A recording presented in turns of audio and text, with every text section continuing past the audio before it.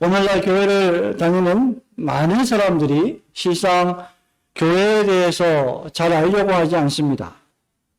또한 교회에 대하여 잘 배우려고 하지도 않습니다. 여기에는 몇 가지 이유가 있는데, 우선 누구든지 자기 자신이 교회에 대해서 아주 잘 알고 있다고 생각하기 때문입니다. 태어날 때부터 엄마 손을 붙잡고 교회를 출입했습니다. 평생을 교회에서 생활했습니다. 그렇기 때문에 너무나 친숙해서 자기 자신은 교회를 너무나 잘 알고 있다고 생각합니다. 또한 신앙생활이라는 것은 개인적인 것인데 교회에 관하여 배우면 조직과 제도에 얽매이기 때문에 싫어하는 사람도 있습니다. 나아가 교회론을 강조하면 그리스도에 대한 충성을 조직과 교파에 대한 충성이 되게 만든다고 생각하여 그리스도에 대한 충성과 교회에 대한 충성을 혼동하는 사람들도 있습니다. 더 나아가서 오늘날 교회를 다니는 사람들이 교회보다는 더 중대한 세상의 문제와 이슈들이 많은데 교회가 그러한 문제와 이슈에 관심을 더 많이 기울여야 한다고 생각하기 때문에 교회에 대하여 배우려 하지 않습니다. 예를 들면 사회 정의구현, 환경을 보존하는 일, 어려운 사람들을 돕는 일, 빈곤을 퇴치하는 일들에 대해서 교회가 더 큰 관심을 기울여야 한다는 것이 바로 그런 것이죠. 그럼에도 불구하고 오늘날 우리가 교회에 대하여 바르게 알아야 할 이유는 하나님의 말씀인 구약과 신약 성경이 교회에 관해 수많은 가르침을 제공하고 있기 때문입니다. 우리가 하나님의 말씀인 성경을 하나님이 하신 말씀이라고 굳게 믿는다면 그 하나님이 하시는 말씀의 명령을 새겨 들어야 할 것입니다. 뿐만 아니라 사도 바울이 썼던 에베소서 5장 25절에 따르면 예수 그리스도께서 친히 교회를 세우셨고 교회를 사랑하셨고 그 교회를 위하여 자신의 몸을 주셨기 때문에 우리는 교회가 무엇인지 매우 잘 알아야 할 것입니다. 그러므로 우리는 우리가 믿는 그리스도와 그분이 하신 일이 무엇인지를 올바로 이해하기 위해서라도 그분이 세우신 교회가 무엇인지를 잘 이해해야 합니다. 더 나아가 교회는 하나님의 나라인 천국이 지상에 임하는 방식이기 때문에 교회에 대해 알아야 할 것입니다. 하나님은 당신의 나라를 세우시고 그 나라를 완성하실 때까지, 즉 예수님께서 다시 재림하실 때까지 성도의 믿음을 훈육하고 교육하고 복음의 전도를 계속해 나가기 위하여 하나님의 택한 성도들을 바로 이 교회 안에 두셨기 때문입니다. 오늘도 여러분이 주일이 되면 어김없이 예배당에 나와 말씀을 듣고 예배를 드리는 이유 가운데 하나입니다. 이 밖에도 교회를 배워야 할 이유는 너무나 많습니다. 그 가장 중요한 이유 가운데 하나가 바로 오늘 우리가 읽은 본문 18절 말씀을 통해서 예수 그리스도께서 친히 내가 교회를 세우리라고 말씀하셨기 때문입니다. 그것도 내가 나의 교회를 세우리라고 말씀하셨기 때문입니다. 우리는 지금 교회를 섬기는 직분자들을 피택해서 교육하고 있습니다. 이에 우리 모든 성도들 역시 교회란 무엇인지를 함께 배우는 것은 매우 중대하고 유익할 것입니다. 오늘부터 주께서 허락하시는 뜻 가운데 성도들에게도 교회에 관한 말씀을 계속하여 설교하려고 합니다. 또 그렇게 함에 있어서 우리 주보에 있는 이달의 추천 도서에 있는 것처럼 제 미국 유학 시절에 신학 석사 논문의 지도 교수이셨고 스승이셨던 미국의 싱클레어 퍼거슨 교수님이 쓰신 우리가 교회다라는 책을 많이 참조했음을 미리 여러분에게 밝혀두는 바입니다. 오늘 내가 내 교회를 세우리니라는 제목으로 주께서 하신 말씀을 통하여 은혜받고 더더욱 교회에 헌신하는 성도들이 되기를 소망하는 바입니다. 첫 번째로 예수 그리스도의 교회는 온 세상의 중심입니다. 예수 그리스도의 교회는 온 세상과 존재하는 역사의 중심입니다. 여러분 18절 말씀 우리 한 번 더 읽어봅니다. 또 내가 시작 또 내가 내게 이르노니 너는 베드로라. 내가 이 반석 위에 내 교회를 세우리니 음부의 권세가 이기지 못하리라. 아멘. 오늘의 말씀은 사도 베드로가 자신의 동료 제자들과 함께 대표적으로 고백했던 제자들의 전무후무한 신앙 고백이 기록된 말씀입니다. 아마 이 말씀을 모르는 성도는 아무도 없을 것입니다. 그것은 16절 말씀처럼 주는 그리스도시요 살아계신 하나님의 아들이시니다 라고 하는 고백이었습니다.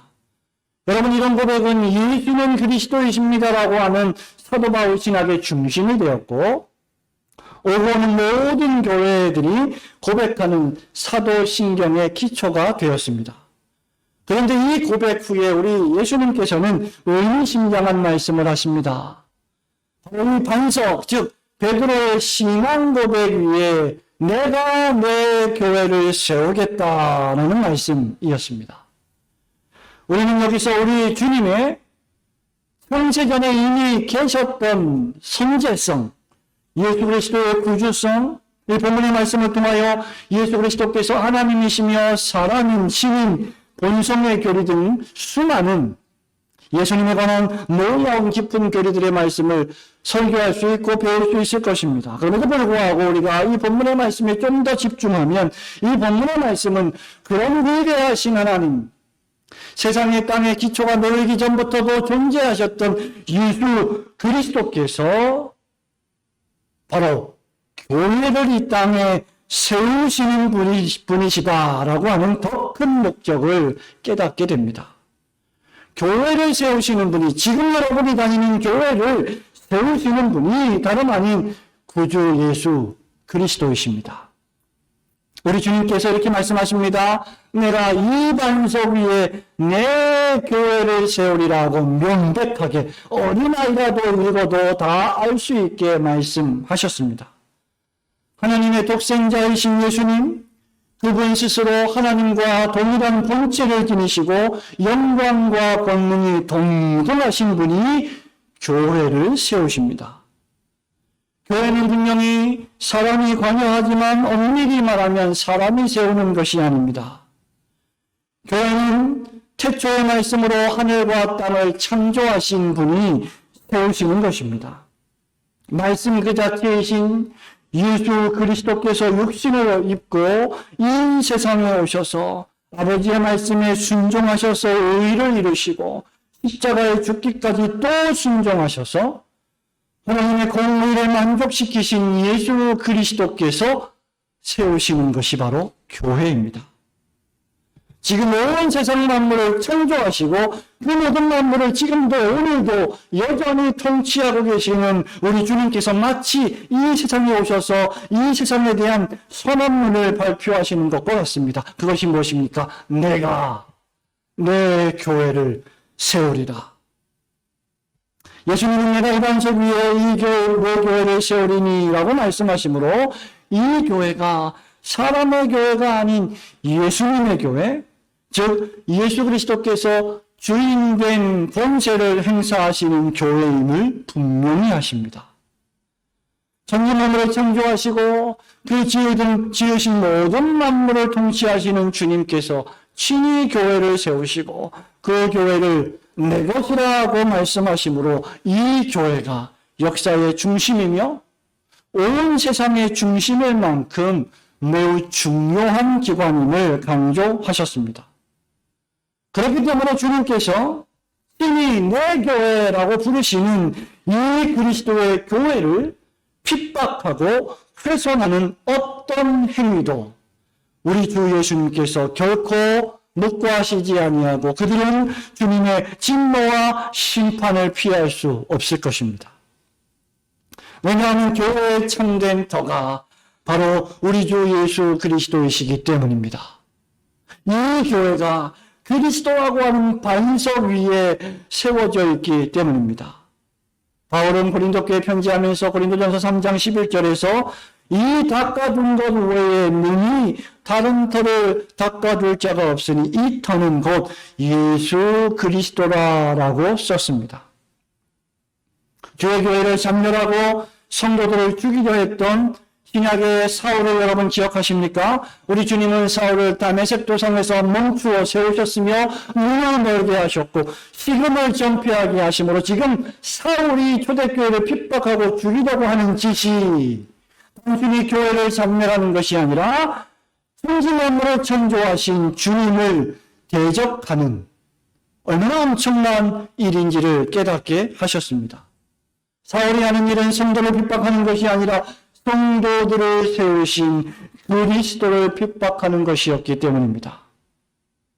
후의 일을 깨달은 사울은 회개하고 복음을 전하며 교회를 세우는 충성스러운 일꾼 사도 바울이 됩니다. 여러분, 교회에 관한 이런 원리는 신약성경에서 너무 많이 찾아볼 수 있습니다. 주님이 부활 승천하신 이후에 세워진 초대교회에서도 여실히 드러납니다. 사도행전 5장에 따르면 여러분 사도행전 5장에 어떤 말씀이 기록되어 있는지 너무 잘 아시지 않습니까? 아나니아와 삽비라 사건이 나옵니다. 그들이 좋은 마음을 가지고 땅을 팔아서 교회 앞에 헌금하고자 했습니다. 하지만 그 작정한 헌금값에 그 땅을 판 값 중에 얼마를 감추고 나머지만 교회에 헌금했습니다. 그러나 사람의 심장을 감춘하시는 하나님의 진노와 심판을 받아 아나니아와 삽비라는 죽고 말았습니다.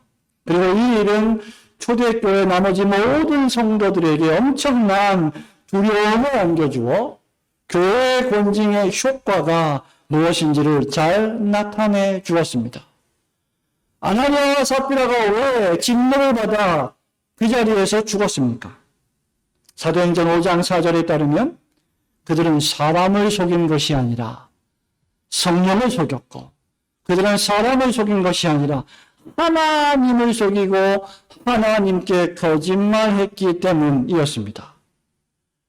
이처럼 참된 그리스도의 교회를 중상모략하고 거짓을 일삼으며 참된 교회의 교리를 내파하고 교회를 혼란시키며 교회의 기둥과 터를 무너뜨리는 일을 하나님께서는 그냥 두고 보시지 않으실 것입니다.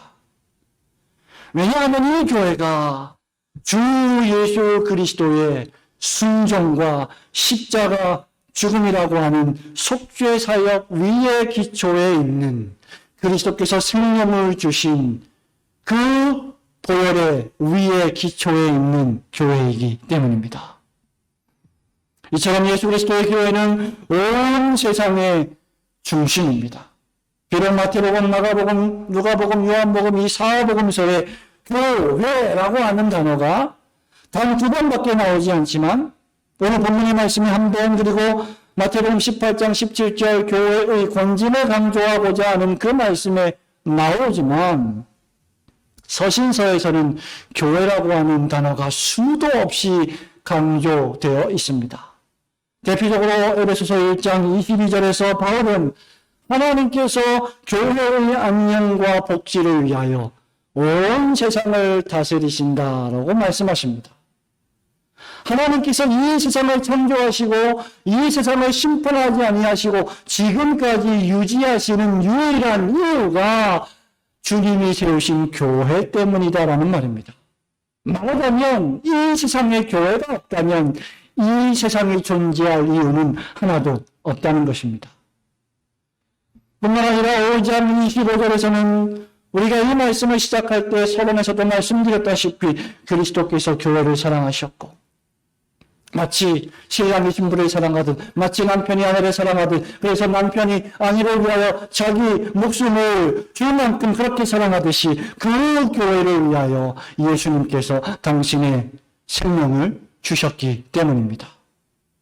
예수님이 교회를 세우셨고 그 교회를 위하여 예수님이 자신의 생명을 주실 만큼 그렇게 교회를 소중히 여기셨다면 당연히 예수님을 믿는 모든 신자들, 특별히 예수님의 제자로서 그리스도인의 삶을 살아가겠다고 고백한 모든 성도들 역시 교회를 예수님처럼 뜨겁게 사랑해야 하며 교회를 위하여 자신의 삶을 드릴 줄 알아야 합니다. 즉, 온 세상이 중심으로서의 교회가 바로 신자들의 중심이어야 한다는 말입니다. 여러분들의 마음의 중심에 그리스도께서 그토록 소중히 여기셨던 교회가 항상 자리하고 있어야 한다는 말입니다. 내 삶이 교회의 중심이 되지 않는 한, 여러분의 직장의 생활이, 여러분의 가정에서의 생활이, 여러분의 사회에서의 생활이 교회의 중심으로 재편되지 않는 한, 우리는 하나님의 목적을 이해할 수도 없고 주님의 구속을 올바로 이해할 수도 없으며 성령님의 인도를 올바로 받을 수도 없을 것입니다.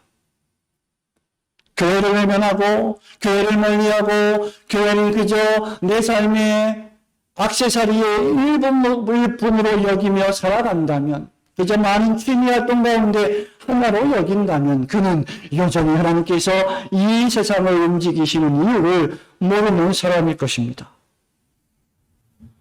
저같은 교수님의 말처럼 무엇이든지 주 예수 그리스도께 중요한 것은 또한 그리스도인에게도 중요한 것이 되어야 합니다. 예수님께서 교회를 그토록 중요하게 여기셨다면 예수님을 믿는 우리 역시 교회를 그토록 소중하고 중요한 것으로 여겨야 합니다. 여러분, 이제까지 여러분 혹시라도 여러분의 모든 삶 가운데 교회를 소홀히 여겼다면, 교회 중심의 삶을 살지 않았다면, 교회가 목적이 되지 않았다면 회개하고 고치고 다시 교회 중심의 삶으로 돌아오셔야 합니다. 이 세상이 존재하는 목적이 그리스도께서 세우신 그리스도의 교회에 있다는 사실을 여러분 마음에 깨달으시고 여러분의 모든 삶이 교회 중심의 삶이 되시기를 우리 주님의 거룩하신 이름으로 축원합니다. 두 번째로, 이 그리스도의 교회는 예수 그리스도의 아름다운 신부이자 하나님이 새롭게 만드시는 가족입니다. 여러분 15절과 16절 말씀 우리 한 번 더 읽어 보겠습니다. 이르시되 너희는 시작. 이르시되 너희는 나를 누구라 하느냐? 시몬 베드로가 대답하여 이르되 주는 그리스도시요 살아계신 하나님의 아들이시니이다. 아멘. 그리고 17절에서 바요나 시몬아 네가 복이 있다. 야, 이것을 내게 알게 한 이는 너의 혈육이 아니다. 너의 육신의 가족이 아니다. 이것을 너에게 알게 한 분은 바로 내 하늘에 계신 아버지이시다 라고 말씀하셨고 그에게 복을 주셨습니다. 그리고 교회를 세우겠다 말씀하셨습니다. 여러분, 종종 저는요, 운전을 하다가 가다 보면 라디오 방송을 자주 듣는데, CBS를 자주 듣는데, 그 광고가 자주 이렇게 나올 때가 있어요. 근데 자주 그 듣는 광고 가운데 하나가 바로 한국가정법률상담소의 광고입니다. 현대 가정에 얼마나 많은 문제들이 있습니까? 그래서 한국가정법률상담소는 그 가정의 여러 가지 다양한 문제들을 해결하기 위해서 존재하는데 이렇게 광고합니다. 모든 가정의 수만큼 문제의 해결책이 있는 곳. 이 광고 방송이 계속 나와서 제가 외워버렸어요. 모든 가정의 수만큼 문제의 해결책이 있는 곳. 여러분 무슨 말입니까? 모든 가정은 다 완전히 획일적으로 똑같지 않다는 것이죠. 그래서 그 가정에서 발생하는 문제들도 매우 다양하다는 것입니다. 그렇기 때문에 그 가정의 해결책 역시 매우 다양한 종류의 해결책이 있다는 것입니다. 가정은 천편일률적이지 않고 다양합니다. 문제도 다양하고 해결책도 다양합니다. 여러분, 그럼에도 불구하고 하나님은 하나의 가정을 만드시고 계속해서 그것을 복제하여 기계처럼 똑같은 가정을 만들지는 않으셨습니다. 우리는 다 지역이 다르고 나라가 다르고 출신 배경이 다르고 혈연이 다르고 학력이 다 다르고 살아온 배경과 문화가 다 다릅니다. 그럼에도 불구하고 모든 가정에는 부인할 수 없는 일종의 통일성이 있습니다. 그것이 무엇입니까? 부모가 없는 가정은 없다는 것이죠. 가정에는 부모가 있습니다. 가정에는 자녀가 있습니다. 가정에는 끈끈한 가족 간의 우애가 있고 형제 우애가 있습니다. 뿐만입니까? 가정에 기쁨이 있습니다. 가정에 가훈이 있습니다. 암묵적인 규칙이 있습니다. 그러므로 그 가정의 가족 구성원을 보면, 그 가정의 남편과 아내를 보면, 그 가정의 자식들을 보면, 자녀들을 보면 그가 어떤 가정에 속해 있는지 어렴풋이 우리는 추정해 볼 수 있습니다. 마찬가지로 그리스도인에게는 특유의 독특한 그리고 매우 공통적인 무엇인가가 있습니다. 저와 여러분이 각기 모든 다 다른 다양한 배경을 지니고 이 자리에 앉아있지만 우리 모두는 다 천지를 창조하신 하나님을 아버지라고 고백하는 사람들입니다. 믿으시기를 주님의 이름으로 축원합니다. 우리는 하나님의 아버지로 부르는 양자의 영을 받았습니다. 누구도 성경이 아니하시고는 하나님을 아버지라고 부를 수 없습니다. 오늘 본문의 말씀은 그것을 가르쳐주는 그리스도시요 살아계신 하나님의 아들이시니다라는 베드로의 고백을 통하여 분명히 선언합니다. 교회는 예수님을 기름 부음 받으신 메시아이자 동시에 하나님의 아들이라고 고백합니다. 그리고 이것을 알게 한 것은, 즉 베드로가 이런 전무후무한 신앙 고백을 하게 된 것은 혈육이 아니라, 베드로의 아버지가 알려준 것이 아니라, 베드로의 친구가 알려준 것이 아니라, 누가 알려주어서가 아니라, 어디서 배워서가 아니라 하늘에 계신 하나님께서 알게 하신 것이다라고 예수님이 말씀하십니다. 그리고 이 고백 위에, 이 위대한 신앙 고백 위에 내가 내 교회를 세우겠다라고 예수님이 말씀하심으로 교회란 예수 그리스도에 관한 신앙 고백 위에 세워진 것임을 분명히 합니다. 그리고 이 신앙 고백은 주님께서 하신 말씀을 하늘의 아버지께서 우리 마음의 문을 활짝 열고 그 말씀을 집어넣어서 깨닫고 알고 믿게 해주신 결과입니다. 사랑하는 성도 여러분, 청년 여러분, 여러분들은 하나님이 여러분의 아버지이심을 믿으십니까? 믿으십니까? 그렇다고 하면 여러분은 바로 베드로가 했던 그러한 고백을 함께하는 성도들입니다. 하나님이 이 믿음을 우리에게 주시지 않았다면 우리는 결코 하나님의 아버지라고 부를 수 없기 때문입니다. 그렇기 때문에 신앙 고백이 없는 교회는 존재하지 않습니다. 신앙 고백이 없는 성도는 존재하지 않습니다. 자기 아버지를 아버지라고 부르지 못하는 자녀는 자녀가 결코 아닙니다. 믿음이 없는 성도는 존재하지 않습니다. 교회를 출입하는 모든 성도들은 하나님에 관하여 무엇을 믿어야 합니다. 알아야만 합니다. 하나님을 아버지로 믿지 않는 성도는 그래서 있을 수 없습니다. 하나님의 아버지로 모시는 독자 예수 그리스도 안에서 우리 모두가 믿음으로 하나님의 아들들, 즉 하나님의 자녀들이 되었습니다. 이렇게 우리는 하나님이 만드신 새로운 가족이 된 것입니다. 우리 차집사님의 고향이 부산입니까? 부산입니다. 저는 고향이 경기도 파주입니다. 우리가 태어난 것이 다르지만, 우리의 본적이 다르지만 우리는 예수 그리스도 안에서 하나님을 아버지로 부르는 한 형제요, 한 가족입니다. 이것이 바로 성경이 말하는 교회의 구성원의 독특한 점입니다. 하나님 나라의 백성들의 독특한 점입니다. 그래서 우리는 건물이 교회가 아닙니다. 빌딩이 교회가 아닙니다. 화려한 교회의 총탑이 교회가 아닙니다. 프로그램이나 행사가 교회가 아니라 우리가 교회입니다. 예수를 믿는 우리가 교회입니다 라고 고백하고 선언하는 것입니다. 계속해서 주님은 이러한 교회를 향하여 음부의 권세가 이기지 못할 것이다 라고 축복하십니다. 음부라고 하는 헬라어 하데스는 지옥이나 죽은 자들의 무덤이나 더 넓게는 악한 어두움의 영들을 가리킵니다.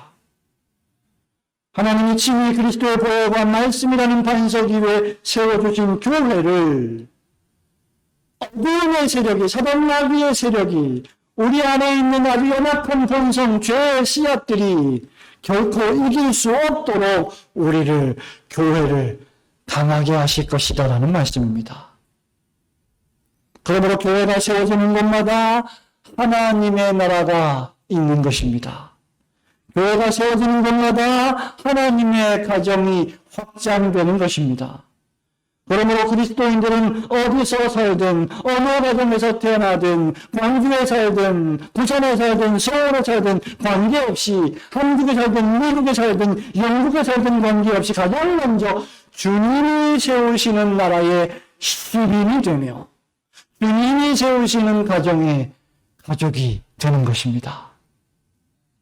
바울은 빌립보서 3장 20절에서 이렇게 이를 가리켜 말했습니다. 그러나 우리의 시민권은 하늘에 있는지라 거기서부터 구원하는 자 곧 예수 그리스도를 기다리노니 그는 만물을 자기에게 복종하게 하실 수 있는 자의 역사로 우리의 낮은 몸을 자기 영광의 몸의 형체와 같이 변하게 하시리라. 우리의 시민권이 하늘에 있다라고 바울이 빌립보 교인들에게 위로하고 권면합니다. 여러분, 바울이 빌립보 교인들에게 이런 말을 한 것은 대단히 의미심장합니다. 왜냐하면 빌립보라고 하는 도시는 그 당시 세계를 제패했던 로마의 식민지였고, 로마의 속국과 식민지는 철저하게 모든 것이 로마식이었고 로마의 권력을 따라야 했고 로마 황제를 숭배해야 했기 때문입니다. 그런 나라에서 살려면 그런 나라가 요구하는 법을 지켜야만 했기 때문입니다. 우리는 초대교회 시기에 로마 시민권이 얼마나 막강한 영향력을 행사했는지 잘 알고 있습니다. 심지어 사도행전에서 바울을 죽이려고 고소한 자들조차 바울이 로마의 시민권을 가지고 있었기 때문에 어찌할 수 없었다는 기록을 보게 됩니다. 그러나 그리스도인은 대한민국에 살아도 하늘나라의 시민입니다. 바울이 로마에 살아도 하늘나라의 백성이었습니다. 여러분, 우리 역시 마찬가지입니다. 모든 그리스도인들이 마찬가지입니다. 우리가 어디에 살든 우리의 시민권은 하나님의 나라에 있습니다. 그래서 우리는 그 교회를 가리켜 가시적인 천국, 즉 눈에 보이는 천국이라고 하는 것입니다. 왜냐하면 지상에 여러분이 출입하고 있는 그 교회가 하나님의 나라 천국이 구현되고 성장되고 완성되는 주님이 세우신 최적의 장소이기 때문입니다. 이런 자들만이 로마 시대의 황제 숭배를 극복하고 오직 주님만이 우리의 유일한 황제이십니다라고 고백할 수 있을 것입니다. 로마 제국 시대의 수많은 그리스도인들이 예수 그리스도만이 주님이십니다. 지금 베드로가 했던 고백, 주님 그리스도시요 살아계신 하나님의 아들이십니다. 사도 바울이 했던 고백, 예수는 주이십니다라고 하는 그 고백을 통해 그 고백 때문에 무진 핍박과 고난을 받았습니다. 콜로세움에 던져져 사자들의 밥이 되었습니다. 예수님을 부인하지 않았다는 이유로 화형을 당했고 목배임을 당했습니다. 여러분, 그것은 초대교회 역사가 우리에게 인간적으로 증언해주는 실제 기록입니다. 그럼에도 그들은 우리의 황제이신 그리스도 예수를 부인하고 로마 황제를 그저 피조물일 뿐인, 그저 죽어야 할 존재인 나약한 인간 로마 황제를 주라고 부를 수 없었던 것입니다. 왜냐하면 우리의 시민권은 하늘에 있기 때문입니다. 하나님께서 이스라엘 백성을 애굽에서 불러내 구원한 것도 바로 이 때문이죠. 구약에서 남의 백성들의 모임을 의미하는 단어, 지금 우리 직분자들이 배우고 있는 교재에도 잘 나와 있는 대로 에다라고 하는 단어를 신약에서 세상 밖으로 불러내어 모이게 하신 자들의 모임을 의미하는 헬라어 에클레시아, 즉 교회라고 번역한 것도 이 때문입니다. 교회는 무엇이냐? 하나님께서 택한 백성들을 이 세상에서 불러내어 하나님 나라의 시민권자로 만드시기 위하여 모이게 하신 자들의 공동체라는 것입니다.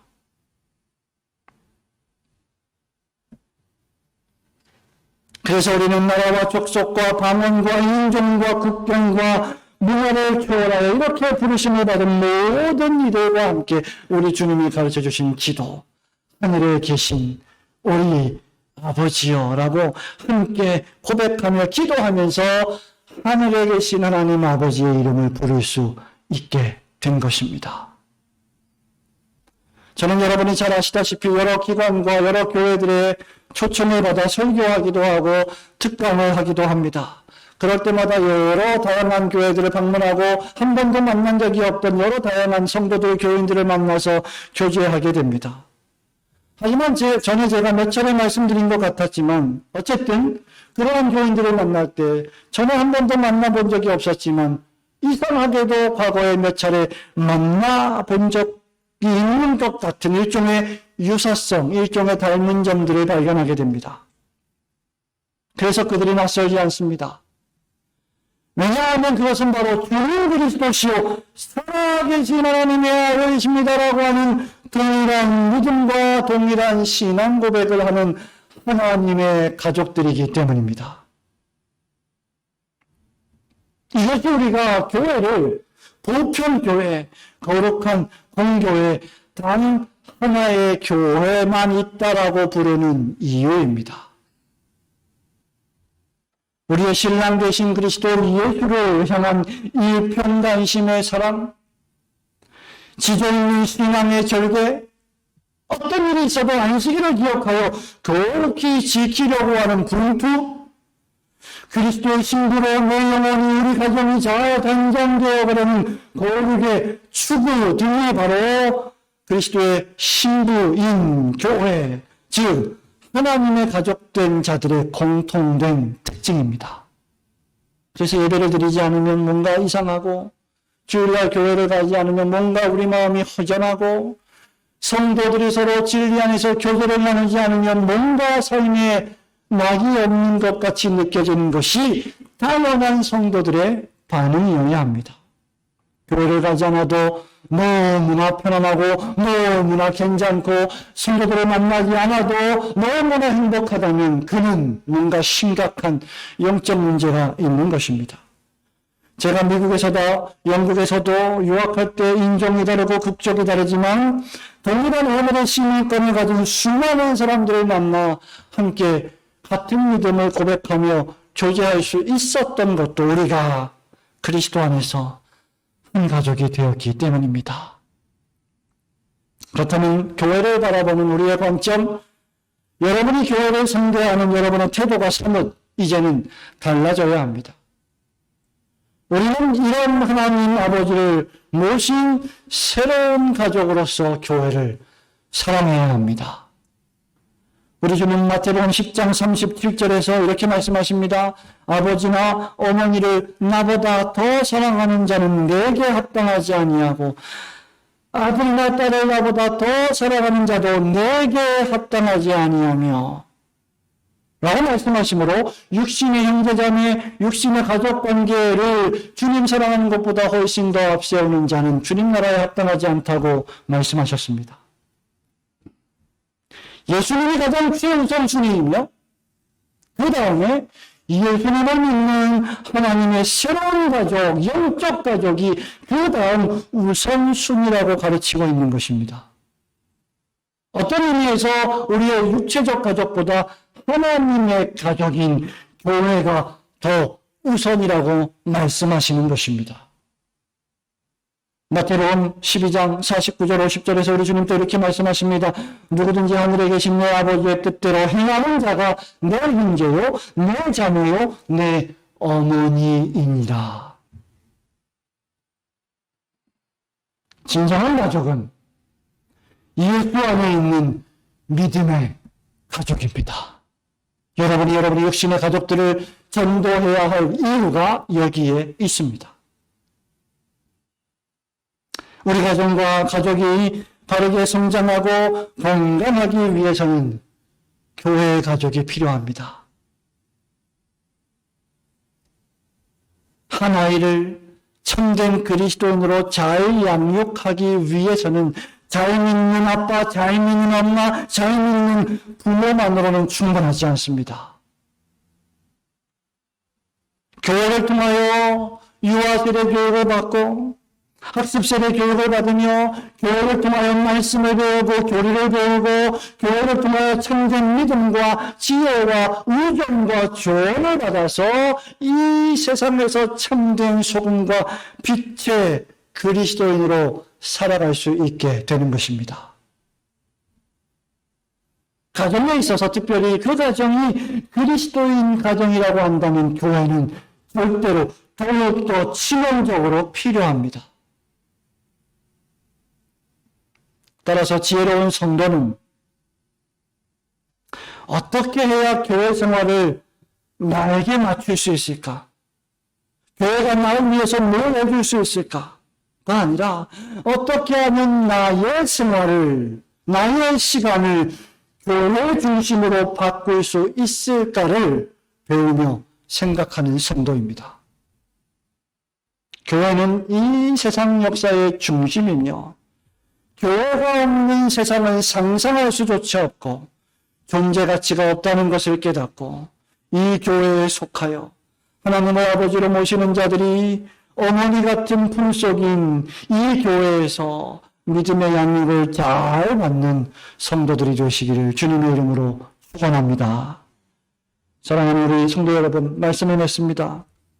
예수 그리스도께서 진실로 여러분의 구세주이십니까? 여러분이 오늘 죽어도 그리스도 예수를 믿는 믿음으로 하나님의 나라에 들어갈 것을 확신하십니까? 여러분은 여러분이 죄와 허물로 죽었던 자임을 아십니까? 그리스도 예수를 믿는 믿음이 아니고서는 도무지 소망이 없으며 구원을 얻을 수 없고 도리어 하나님의 저주와 심판받게 당할 것이 없음을 알기 때문에 더욱 매일매일 예수의 이름을 부르며 그분을 사랑하십니까? 그런데 그 그리스도께서 우리의 구세주가 되시고 교회를 사랑하사 교회인 나를 위해 죽으셨고 우리를 위해 죽으심으로 이 교회를 세우신 것을 여러분은 믿으십니까? 그렇다면 그리스도께서 죽기까지 사랑하셨던 이 교회, 그 교회 안에서 그 교회를 위하여 살아가야 하지 않겠습니까? 2000년 전에 예수님께서 제자들을 향하여 물으셨던 질문을 오늘 아침에 우리에게도 동일하게 하십니다. 너희는 나를 누구라 하느냐? 다만 엘리야, 예레미야, 유명한 선지자 가운데 한 분, 유명한 철학가 가운데 한 분, 유명한 위인 가운데 한 분 정도로 나를 생각하느냐? 너희는 나를 누구라 하느냐? 이 질문에 대하여 제자들은 주는 그리스도십니다. 살아계신 하나님의 아들이십니다라고 이렇게 고백했습니다. 여러분은 예수님을 누구라고 믿으십니까? 우리 역시 제자들과 함께 예수님 당신은 나와 우리의 생명의 주인이십니다. 예수님 당신은 저의 구세주이십니다. 예수님은 살아계시는 하나님이십니다. 우리의 하나님, 우리의 아버지, 우리의 구세주, 내 인생의 주인이 되어주십시오. 라고 고백하셔야 합니다. 그렇게 고백했다면 이제 소중한 그리스도께서 흘리신 보혈로 세우신 이 교회에 소속하여 이 교회 사랑하기를 배우시고 이 교회 안에서 이 교회를 위하여 죽기까지 충성하며 살아가시는 올고등교회 성도들이 되시기를 주님의 이름으로 축원합니다. 아멘.